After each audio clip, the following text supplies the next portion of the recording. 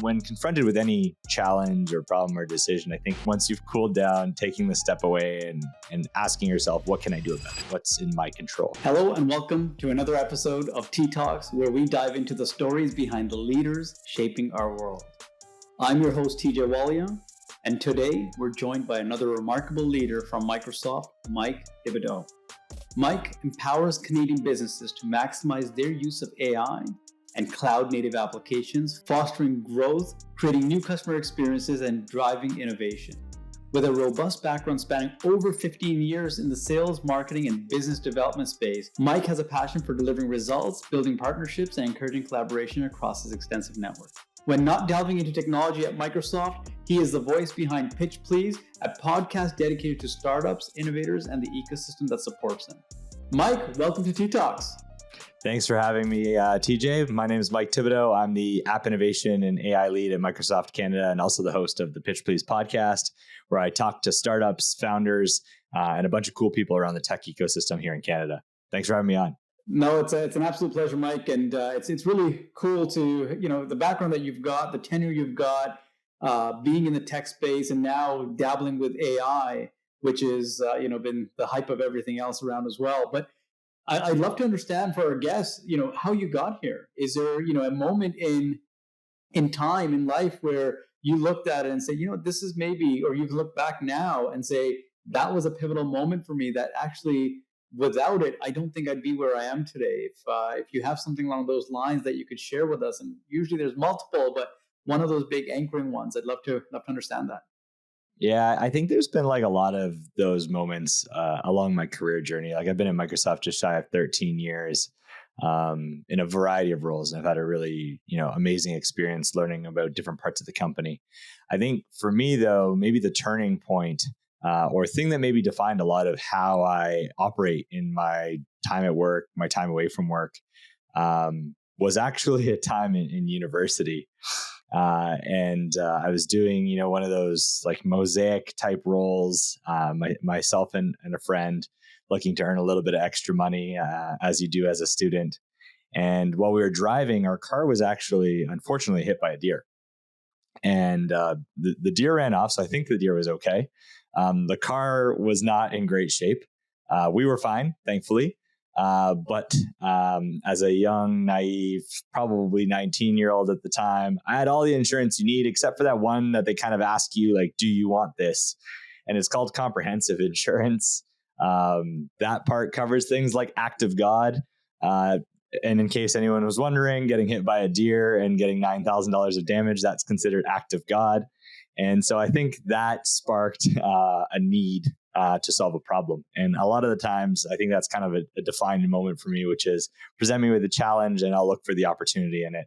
And at that time, that's sort of what inspired me to go figure out how I'm going to come up with an incremental $9,000 to get my car back on the road at a time when cash was light. And that inspired me to start my first business, which, focused on bringing people together, focused on looking for more innovative and interesting ways to tackle traditional industry. And I think what drew forward from that is my love for bringing people together, creating energy around things and solving complex problems, but in a very entrepreneurial way. And I've kind of spent the last 12 and a half, 13 years doing that at Microsoft. Wow, that's really cool. So your turning point is dedicated to a deer, which decided to take a run in the wrong direction and introduce itself to you and your friend. But so there's a lot that goes into that, right? One is you look at that situation and say, why me? It's an act of God, sure. We look at that and say, why me? $9,000 that you've got to come up with because insurance decides not to cover this. Or to what you did, you say, let's roll up our sleeves. Let's make that decision, that big decision, and figure out how do we get out of this. Walk me through that mindset. Yeah, I think in that scenario, I've abbreviated the story. There's a lot of cursing. There's a lot of what the heck am I going to do? There's a lot of calls to the insurance company. And I didn't quite arrive at the solution as quickly as I'm making it sound.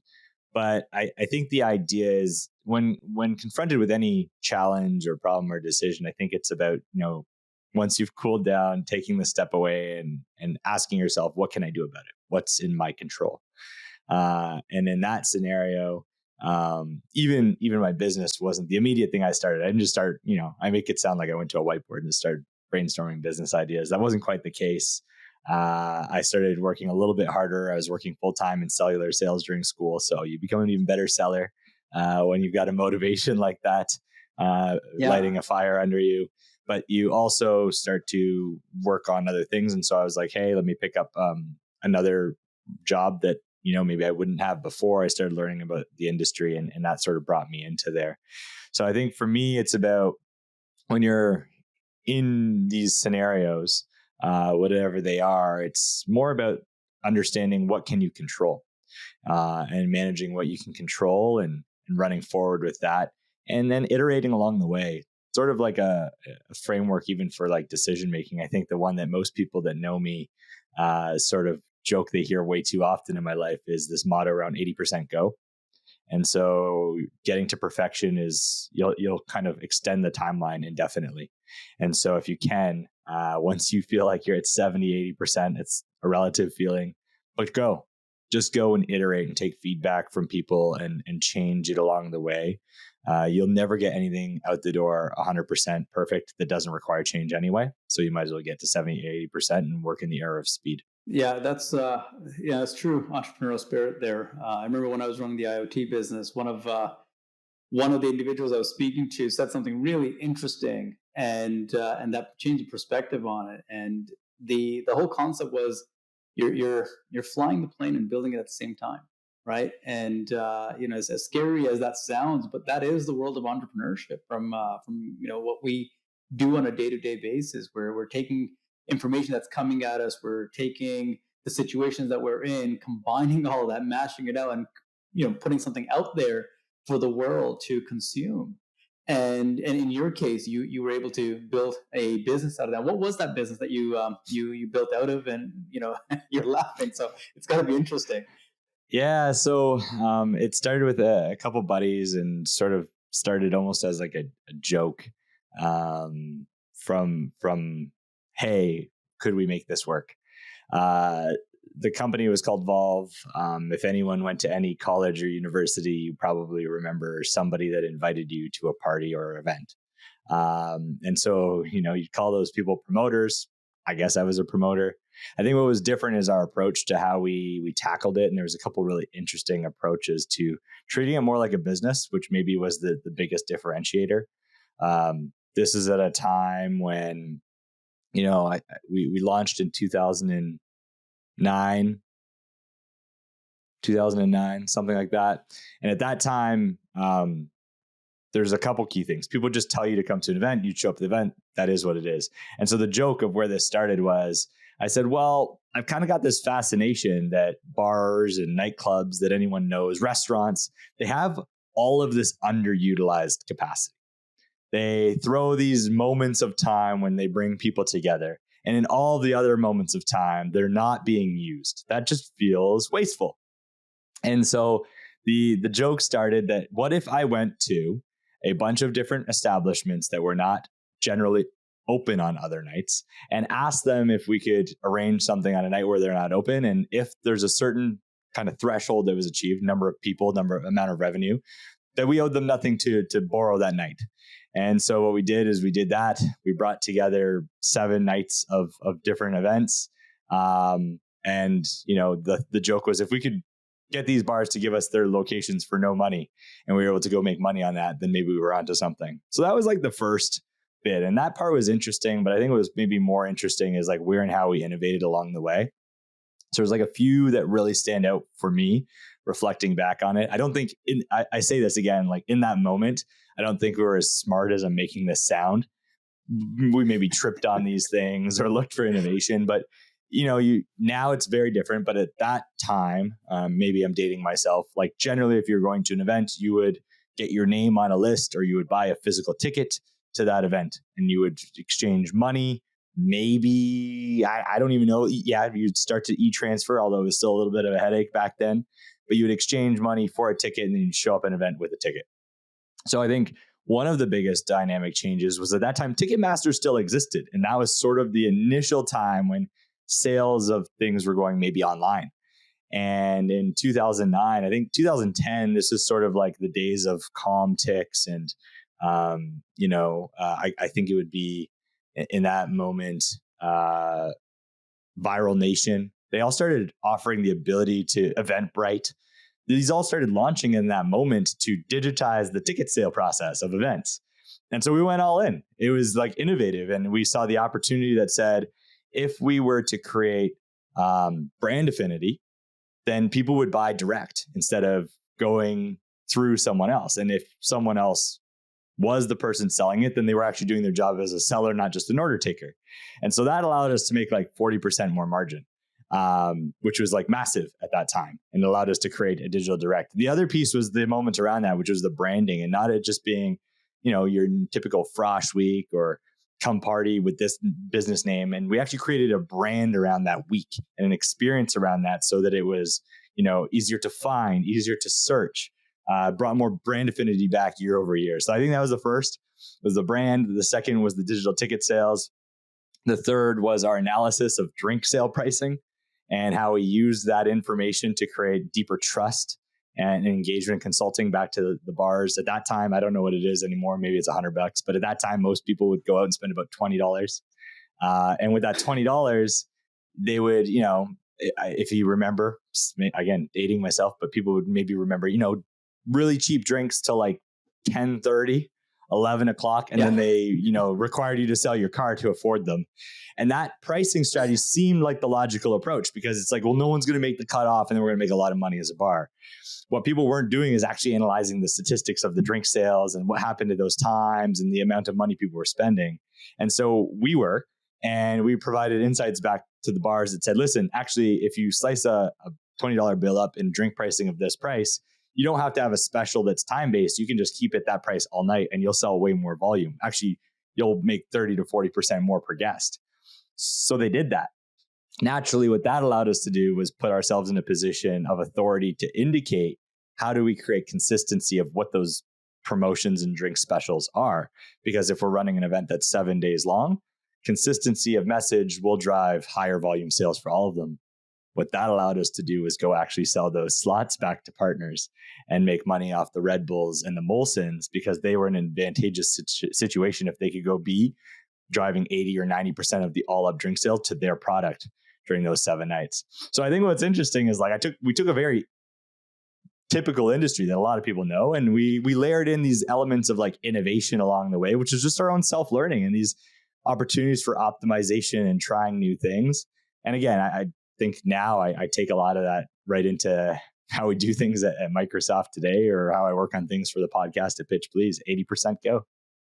Yeah, I love that 80% go. It's there's a lot of people that want to get to that perfection, and that's what usually stops them. And I've seen this over and over as well, that they're not able to move past a certain milestone because they can't hit that milestone. And the idea, the concept, whatever they're trying to build just fails. And they're like, I can't get this right. But to your point, it's innovation along the way, right? So that 80% go, you have enough to get going, start with that. And then from there, you start innovating, you start, modifying, changing, whatever that looks like. And that is essentially what gets you to grow. Like when you talk about your concept there, it's not like, you went and whiteboarded the whole concept and this is exactly what the playbook is and here's the strategy. No, it's innovation. It's, making the modifications as you go. And that takes me into the next question, which is decision making, right? Because there's a lot of times that you have to make decisions, especially when you've got other partners or individuals that you're working with. I'd love to understand and pick your brain on what that looks like for you in terms of deciding, is this the right path to go? Or, what are the factors or the matrix that you might use to make those decisions? I know the 80% go, I love that aspect of it, but beyond that, to get to that 80% go, to say, this is the area or path I want to go in, what does that look like? Yeah, I think for every decision, it's going to be very different. I think I still grounded at 80% go. But for me, and everyone's style will be different. I like to merge two things. One is like, what is my informed perspective on this from like in isolation, spending more time reading or learning about something? This is for complex things. And I like to balance that with what are diverse perspectives? What are perspectives from other subject matter experts? What are perspectives from people I trust? And then bring that together and ultimately make my own decision. Obviously, to do that for every decision in life is just not sustainable. So in many ways, I lean on people I trust, or lean on people to be empowered to make those decisions themselves. Everything from things, decisions you might make at home, where it's like, listen, like, I trust, just, you don't need my feedback on this, just go, to areas where I'll just do the same, where it's like, hey, we've got an understanding that I can just go make a decision quickly and not overthink it. But in more complex scenarios, I think it's very valuable to spend some time understanding like what your perspective is in isolation, so that it's not influenced by the external factors, right? Sometimes you just wait for everyone else's opinion and then make a decision based on that. So I think it's really important to bring the two together. But I do think there's the element of subject matter experts, but also people that are absolutely not a subject matter expert, because their perspective will be so unique and so different that diversity of experience might provoke some type of thinking that you might have missed, or the subject matter experts might have missed. And then bring that all together, and you know what? 80% go. So I think that's sort of like a high level of how I think about it.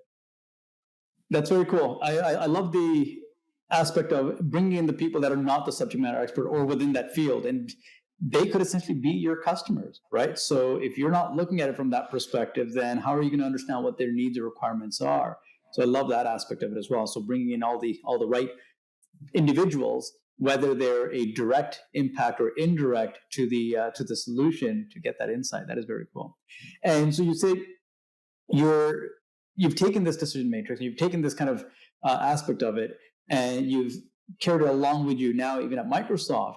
What does that look like in terms of, from an entrepreneur perspective to, a corporate leader who is navigating other aspects, other responsibilities, accountabilities that are not just in your own realm, because those are the two different worlds. One is, listen, I'm my own boss and I can do whatever I want, and today I decide not to, that's okay.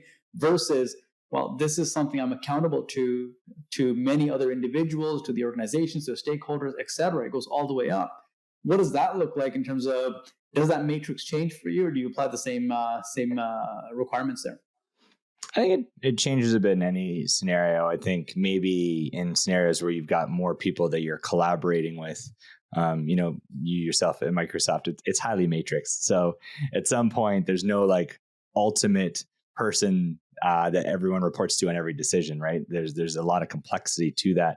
And so it requires a lot of collaboration and negotiation, healthy negotiation, to figure out what the best outcomes might be.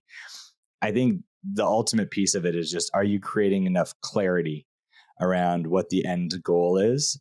Are you creating enough clarity around what decisions people should just make without overthinking them and they're empowered to make? And then are you agitating for enough collaboration? Have people sought out perspectives? Have people had the ability to sync with someone else that may be a stakeholder or may not be? And just making sure that you encourage that. It's sort of the idea of like pressure testing things before you finish or get to a presentation point, or before a decision is discussed. You've done some of the background work of connecting with people, understanding their perspectives, and co-authoring an end decision, which is, I think, super important. So you can do that in a much smaller group, in a much smaller sense. If you're running something yourself, for the Pitch Please podcast, there's not a lot of stakeholders that I have to, work with and collaborate on. And some days I wish there was more, actually, because, you get more diversity of opinion. For me, I lean on all the people that have been on, other people that listen to the show for their perspectives continuously. Unsolicited feedback. Let me know if you see something interesting you think I should be paying attention to. But at work, I think it's about creating the clarity around what you need to go do, creating the clarity around where people's roles fit in, and making sure that you're agitating to co-author, which is super important. That co-authorship is something not everyone always thinks about. It's sort of like that 100% perfect, bring it. That 80% go, by necessity, forces you to co-author. And I think that's a super important property of any work you do. Yeah, that's it goes right back to the 80% go. I love that. It's and it's so critical, right? And like I said, it's so overlooked. People don't realize, when should I move forward and when not, and everything goes right back to that. And if you've got enough, then let's go, right? So that's kind of where it comes back to. I want to touch on, so you've got the entrepreneur journey, you've got the podcast, you've got the corporate structure and corporate life. And as you know, I'm a huge advocate of work-life balance and, ensuring that we take care of ourselves and be able to, navigate through that. What does that look like for Mike? How does Mike go in day to day and say, you know what, I've got to draw these lines here today, and they could change on any given day, but how does that decision making come into your work-life balance, and what does that look like for you? Yeah, I would say that it is one of those things that if everyone said that at perfect every day, it'd be pretty tough. If you find that person, I'd love to see what maybe they're doing that I could apply.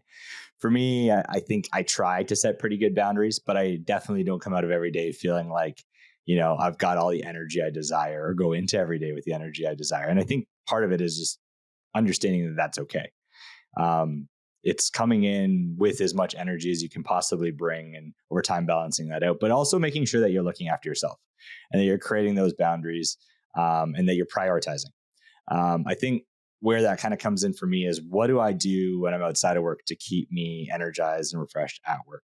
So I think there's like a couple key areas. I'm going to say 3, maybe I'll add a fourth to the list as I'm talking about it in real time. The first is I always make sure to use all of my vacation days every single year. I only carry forward vacation days if I'm being deliberate because I intend to do a larger trip in the following year. I use all of them. There's no point of leaving them on the table. I think it was funny. We were talking on a call this morning, but we just wrapped up a 4-day work week. In a 4-day work week, you achieve almost the exact same, if not more sometimes, than a 5-day work week. Things get compressed and you feel like, wow, that was a very busy week. But the things get done. And so it's important that you realize that the things are going to get done. The pressures are continuously going to be there. The percentage of how much more pressure there will be if you take vacations and you're deliberate about it is not going to change. I think what you can change, if you feel like, you need to take that vacation, is how are you making sure that other people, back to the decision discussion, are empowered, are co-authoring, are collaborating, because then it's a little bit easier to take that step back.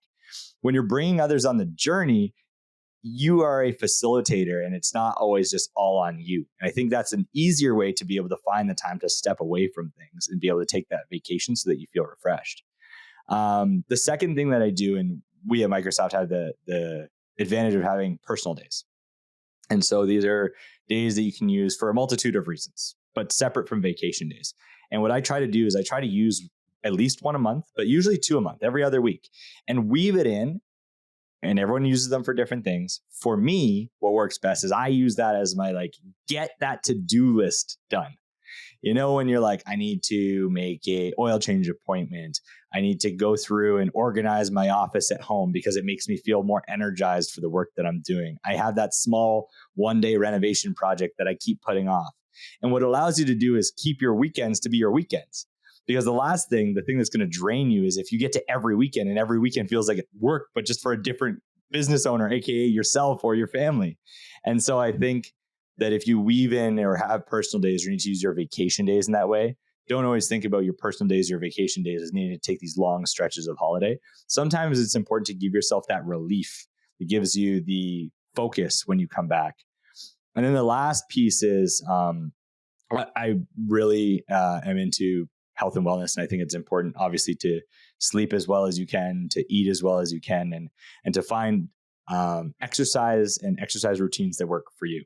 And that part's different for everyone. For me personally, what I've found works best at this stage in my life, I've had different parts where I've had more time, is what are efficient and effective ways for me to keep myself accountable and find, 4 to 5 days a week where I spend an hour and a half all in. And that includes my commute time, my shower time, my workout time. Some people might say that's too much. Some people might say it's too little. I think the idea is what's right for you. And for me, creating that stability of hey, I've got an accountability group of things that I do. I've got types of workouts that I like. I find time in my schedule that keeps me disciplined on when I go to sleep and when I wake up. And doing that keeps, your own oxygen mask on. It keeps you healthy. And part of the work-life balance is feeling energized and refreshed and doing those things. Okay, taking the vacation days, figuring out the personal days to actually keep on top of things so I never feel like I'm stressed or behind in my personal life. And then making sure that exercise, fitness, and health and wellness are right at the front are really important to me. Yeah, this is very interesting things that you mentioned there, especially the vacation days, right? I did the same thing. I would make sure I use my vacation days throughout the year. But I'm surprised, and even while I was at Microsoft, I was surprised how many people didn't use their vacation days. And they waited until the last minute, and then, they would have to book them, or they would lose those vacation days because they can't carry all of them over. And I could never understand why people did not prioritize themselves. And, especially when the organization is giving you these and they're essentially your right to take them. But I love your strategy on the personal days as well, right? And utilizing those in between. I was interviewing the ex corporate vice president Gurdeep Pal from a few weeks ago, and he had mentioned that he would take a day once, I think it was every week or every other week, where he would block that off, and no one had access to him except for Satya. He was the only one that would be allowed to have access, but beyond that, everyone else was blocked off. So he can go back and focus and reframe and replan. And it is so critical because we're so caught up in the day to day that we forget and we don't get the time to do that.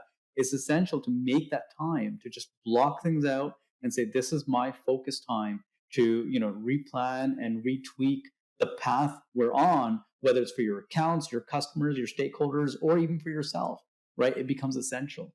So I love that aspect of it. And, and that goes into the next area that I want to touch on is mental health, right? So you talked about a lot of things, the fitness, the working out, the vacation days, that has a direct impact on your mental health as well. And getting the time to recharge allows you to perform, outside of work and at work, right? So it allows you to do that, allows you to get all of that in there. What does that look like for you? How do you prioritize mental health if it's any different than the things that you've already mentioned? Yeah, I think it blends into a lot of the things I've mentioned. So maybe I'll focus on one thing that I've been kind of weaving in over the last little while that I think has helped me. People have, there's different ways on your phone to program quiet hours or, app utilization times. I think because I generally go to the gym in the morning, one of the things or habits that I caught myself doing is when I would wake up, I would open my phone and start to flip through the notifications while getting ready to go to the gym. And what I found was like my workday hadn't started, and I was sort of creating this panic on my way to go do something that was supposed to reduce my stress of all the things that I needed to do. And so with a simple change, I mean, I go to the gym at 6:30 in the morning. I'm home before 7:30. There was no reason that I couldn't wait until 7:30 to start looking at what the day is going to hold, what time I need to be in X place or Y place. The night before, I kind of like, hey, what time do I need to be out the door? That's important because it kind of everything flows from there. But just by like not doing that like doom scrolling first thing in the morning allowed me to wake up, go to the gym. There was nothing that I had to be stressed about, thinking about. And that allowed me to be focused on just enjoying that moment. And I can worry about all those things as soon as I get back. Obviously, as a part of that, you're like, Mike, if you silence everything, like what happens if this person needs you, that person? I have it that there's obviously a ringer for any emergencies that any of my family and close friends can get through. But I think that simple thing on top of getting the right sleep, going for exercise, prioritize healthy eating, that is an additional thing that I have been doing. And it's helped a lot because, that feeling when you like open your phone, you're like, oh, I'm going to have to do that today. Oh, this is already off the rails. It's just not a great way to start your day. So I've kind of pushed that back, not a lot, by like an hour and a half. But that extra hour and a half allows me to spend time feeling refreshed first thing in the morning and then kicking off the day with energy right away. Yeah, it's essential. It's something we all do, right? We all grab that phone, we pick it up, and then we start scrolling, whether it's Instagram, whether it's email, whether it's TikTok, whatever have you, and we start going through it. But things I've incorporated in my life, there's two things. One is the morning aspect of it, but the other one is the night before. And at 8:30, my device at 8 o'clock, it's a wind down reminder, and by 8:30, I do not touch my device after 8:30. And I've deliberately started doing this because it becomes a habit and it's not the right messaging I want to share with my children. So I have to lead by example. So I've actually told them, like, if you catch daddy on the device, you let me know, right? And you call it out, and they do. So they've got a little reminder and they'll go in and say, Dad, you're on the device, or you know what, Dad, that's time to put the device away. And they'll take my device, put it on charge, and I'm okay with that. But it's building those habits. And in the morning, I'm actually waking up again with clarity, because up until 10 o'clock or 10:30 or 11, whatever time you're going to bed at, you're not scrolling through mindlessly these, social media channels. Instead, it's controlled. I usually end up watching some sort of comedy with my wife. It's on in the bedroom, so that we can have a laugh before going to bed, rather than something that's stressful or some sort of news you watch that's kind of spinning around in your head the whole night. And that's really helpful in terms of navigating your own mental health, because you have to be deliberate. These devices, these platforms are designed to get your attention. And we have to now, figure out ways to block that out and say, you know what, I'm done at this point. I've even gone as far as, and I shouldn't say I've gone as far, I've been contemplating whether I knock off the Wi-Fi in the house at a certain time, right? And say, okay, we don't need this anymore, and everything's off. And that will allow these notifications not to be present when the Wi-Fi is cut off. But it's about being deliberate, and if you can control it, great. If you can't, then put these motions in place to allow yourself to break away from that. But in the morning, to your point, it's you wake up, you grab the device, that's what you're on. Instead, I put the device further away from me, so that that's not the first thing I'm looking at. Instead, I'm actually, gaining control over, what's my thoughts, clarity over what I want to do. And to your point, hitting the gym before looking at those notifications, see what that looks like. The next area I want to jump on, Mike, is productivity, right? So we've talked about mental health, we've talked about work-life balance, we've talked about decision-making, we've talked about all of that. All of that kind of ties in from a productivity perspective, right? If you're not getting stuff done, it impacts everything that we talked about there, right? So you can't hit the 80% that we're 80% go that we're talking about, because you haven't accomplished or achieved certain things. Your work-life balance is in limbo, because you're not achieving or accomplishing the things you need to. So from a productivity standpoint, what does that look like for you? What is an aspect that you use or leverage or a tool to stay productive? Yeah. There's a lot of tools. I could go on a tangent, talk about co-pilots. I could go talk about focused inbox. And I'm sure you've got a lot of thoughts on a bunch of those, and you share a lot of great examples. For me, I definitely optimize bringing my calendars together. So personal things, work things, to be able to see it in a single view and have a full left to right. But I think when I talk 80% go, I think part of my life is 70% plan, 30% agility. And maybe it's still 80-20.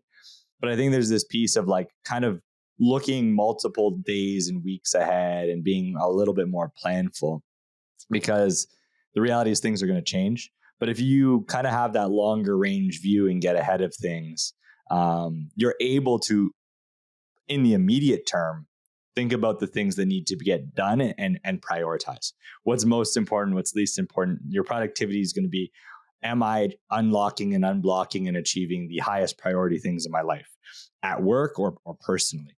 And so each day is like, what is the priority for the day? Each week's what's the kind of the priority for the week?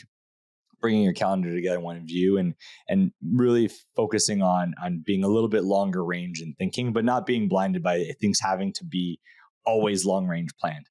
I think a really good example of this is I obviously, if you follow me, or maybe you will after this, on LinkedIn, I post a lot of things. And the reality is, if I were to try to do that real time every single time, it would immediately distract me from working on whatever I'm working on, to complete that thought, post that thought, and it becomes a distraction that's not good for my productivity. But I still want to share those thoughts, and I think there's valuable information and things I want to direct people to that are in my network. So I use a platform to schedule all of my posts, and it also allows me to capture drafts. So when I'm seeing something that I think would be interesting, I jot a quick note down. I don't come out of my productivity flow. I still work on what I'm working on, but then I'll come back to it after. And then I will schedule it out. And then if there's something more current, I can pull it ahead and push something out. But it allows me, just as a simple example of all the things that I'm posting for my podcast, personally wishing to share, instead of like completely pulling myself aside and task switching every time, how can I be a little bit more planful? Again, 80% planned, total agility. If I end up with TJ at the office and we take a picture and we have a great conversation, I want to share a thought that we had, toss it into drafts. Maybe I have time on the train ride home. Maybe I'll get to it that night. Maybe I'll get to it 5 minutes later, but I don't force myself to go distract myself immediately. I park it. And then when I have time, that could be right away. It could not be. I come back to it. So that's one example, but I think the idea is 80% go, 80% plan, 20% agility. I'm probably more on the agility. I keep like a little bit more 80 than 20% agility, but I think it's important to be planful and looking a couple weeks ahead so that it also reduces your stress.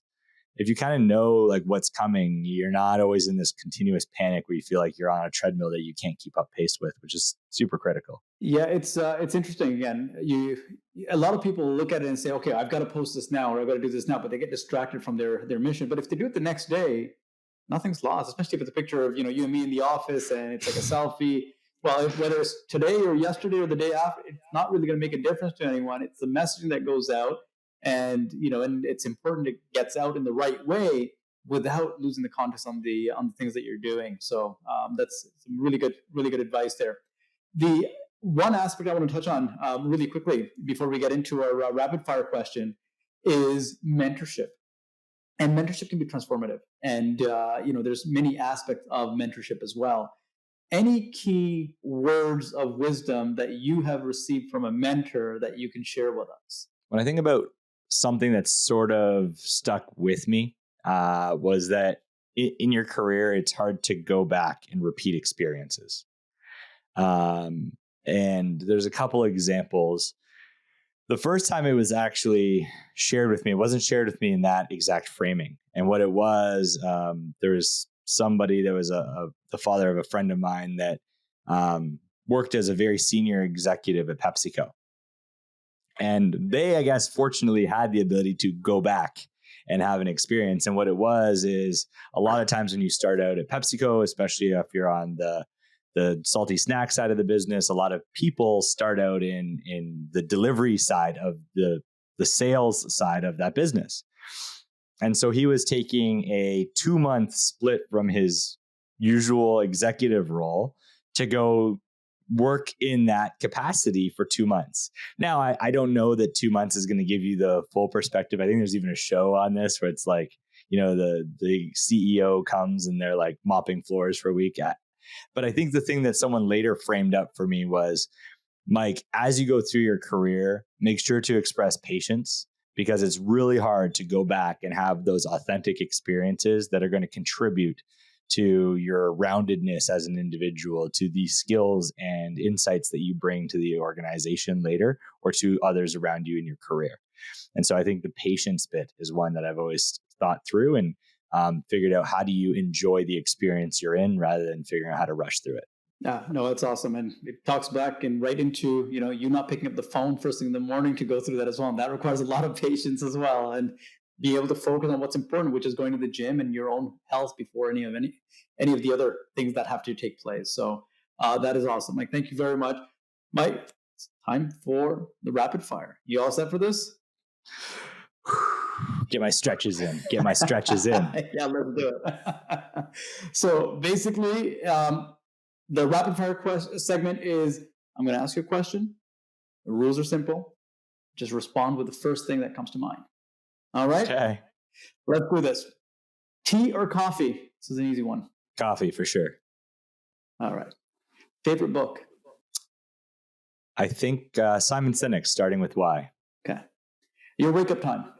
6 a.m. Okay. A gadget you cannot live without? This one's tough. Gadget I can't live without.